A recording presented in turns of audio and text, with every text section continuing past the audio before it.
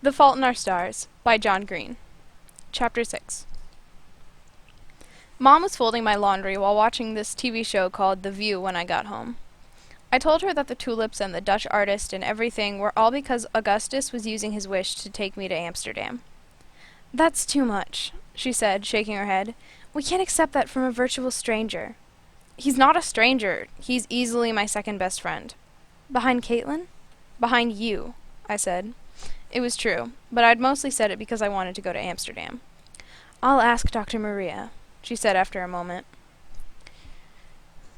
Dr. Maria said I couldn't go to Amsterdam without an adult intimately familiar with my case, which more or less meant either Mom or Dr. Maria herself. My dad understood my cancer the way I did, in the vague and incomplete way people understand electrical circuits and ocean tides. But my mom knew more about differentiated thyroid carcinoma in adolescence than most oncologists. "So you'll come?" I said. "The genies will pay for it. The genies are loaded." "But your father," she said. "He would miss us. It wouldn't be fair to him, and he can't get time off work." "Are you kidding? You don't think Dad would enjoy a few days of watching TV shows that are not about aspiring models and ordering pizza every night, using paper towels as plates so he doesn't have to do the dishes?" Mom laughed. Finally, she started to get excited, typing tasks into her phone. She'd have to call Gus's parents and talk to the genies about my medical needs and do they have a hotel yet, and what are the best guidebooks, and we should do our research if we only have 3 days, and so on. I kind of had a headache, so I downed a couple Advil and decided to take a nap. But I ended up just lying in bed and replaying the whole picnic with Augustus. I couldn't stop thinking about the little moment when I tensed up as he touched me. The gentle familiarity felt wrong somehow. I thought maybe it was how orchestrated the whole thing had been. Augustus was amazing, but he'd overdone everything at the picnic, right down to the sandwiches that were metaphorically resonant but tasted terrible, and the memorized soliloquy that prevented conversation. It all felt romantic, but not romantic. But the truth is that I had never wanted him to kiss me. Not in the way you were supposed to want these things. I mean, he was gorgeous. I was attracted to him. I thought about him in that way, to borrow a phrase from the middle school vernacular. But the actual touch, the realized touch, it was all wrong. Then I found myself worrying I would have to make out with him to get to Amsterdam, which is not the kind of thing you want to be thinking because A, it shouldn't have even been a question whether I wanted to kiss him, and B, kissing someone so that you can get a free trip is perilously close to full-on hooking, and I have to confess that while I did not fancy myself a particularly good person, I never thought my first real sexual action would be prostitutional. But then again, he hadn't tried to kiss me. He'd only touched my face, which is not even sexual. It was not a move designed to elicit arousal, but it was certainly a design move, because Augustus Waters was no improviser. So what had he been trying to convey, and why hadn't I wanted to accept it? At some point, I realized I was Caitlining the encounter, so I decided to text Caitlin and ask for some advice. She called immediately. "I have a boy problem," I said. "Delicious," Caitlin responded. I told her all about it, complete with the awkward face-touching, leaving out only Amsterdam and Augustus's name. "You're sure he's hot?" she asked when I was finished. "Pretty sure," I said. "Athletic?" "Yeah, he used to play basketball for North Central." "Wow, how'd you meet him?" "This hideous support group." "Huh," Caitlin said. "Out of curiosity, how many legs does this guy have?" "Like 1.4, I said, smiling. Basketball players were famous in Indiana, and although Caitlin didn't go to North Central, her social connectivity was endless. "Augustus Waters," she said. Maybe." "Oh my God. I've seen him at parties. The things I would do to that boy. I mean, not now that I know you're interested in him. But oh, sweet holy Lord, I would ride that one-legged pony all the way around the corral." "Caitlin," I said. "Sorry. Do you think you'd have to be on top?" "Caitlin," I said. "What were we talking about? Right, you and Augustus Waters. Maybe. Are you gay?" "I don't think so. I mean, I definitely like him." "Does he have ugly hands? Sometimes beautiful people have ugly hands." "No, he has kind of amazing hands." She said. I said. After a second, Caitlin said, "Remember Derek? He broke up with me last week because he'd decided there was something fundamentally incompatible about us deep down, and that we'd only get hurt more if we played it out. He called it preemptive dumping. So maybe you have this premonition that there is something fundamentally incompatible, and you're preempting the preemption. I said. I'm just thinking out loud here. Sorry about Derek. Oh, I got over it, darling. It took me a sleeve of Girl Scout Thin Mints and 40 minutes to get over that boy. I laughed. Well, thanks, Caitlin. In the event you do hook up with him, I expect lascivious details. But of course, I said. And then Caitlin made a kissy sound into the phone, and I said, bye, and she hung up. I realized while listening to Caitlin that I didn't have a premonition of hurting him. I had a post-monition. I pulled out my laptop and looked up Carolyn Mathers. The physical similarities were striking. Same steroidally round face, same nose, same approximate overall body shape. But her eyes were dark brown, mine are green, and her complexion was much darker, Italian or something. Thousands of people, literally thousands, had left condolence messages for her. It was an endless scroll of people who missed her, so many that it took me an hour of clicking to get past the "I'm sorry you're dead" wall posts to the "I'm praying for you" wall posts. She'd died a year ago of brain cancer. I was able to click through some of her pictures. Augustus was in a bunch of the earlier ones, pointing with a thumbs up to the jagged scar across her bald skull, arm in arm at Memorial Hospital's playgrounds, with their backs facing the camera, kissing while Caroline had the camera out, so you could only see their noses and closed eyes. The most recent pictures were all of her before, when she was healthy, uploaded post-mortem by friends. A beautiful girl, wide-hipped and curvy, with long, straight dead black hair falling over her face. My healthy self looked very little like her healthy self, but our cancer selves might have been sisters.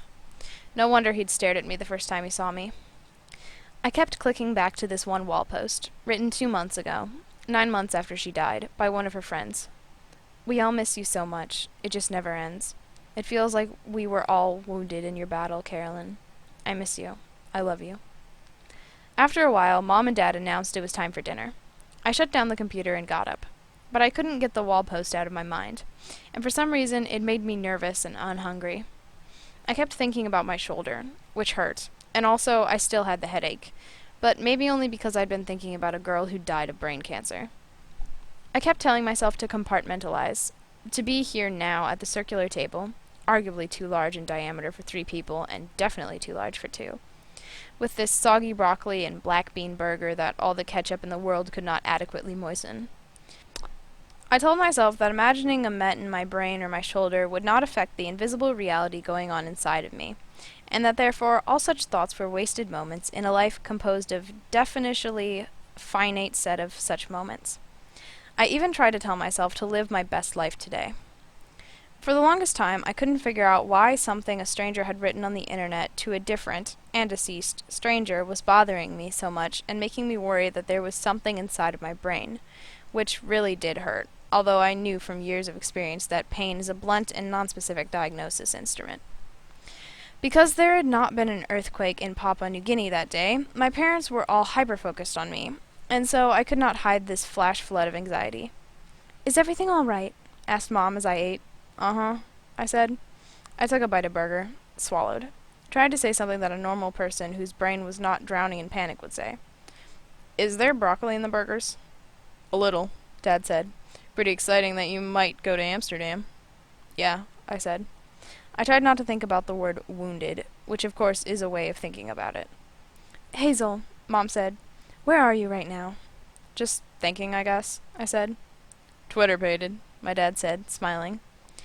"I am not a bunny, and I am not in love with Gus Waters or anyone," I answered, way too defensively. Wounded. Like Carolyn Mathers had been a bomb, and when she blew up, everyone around her was left with embedded shrapnel.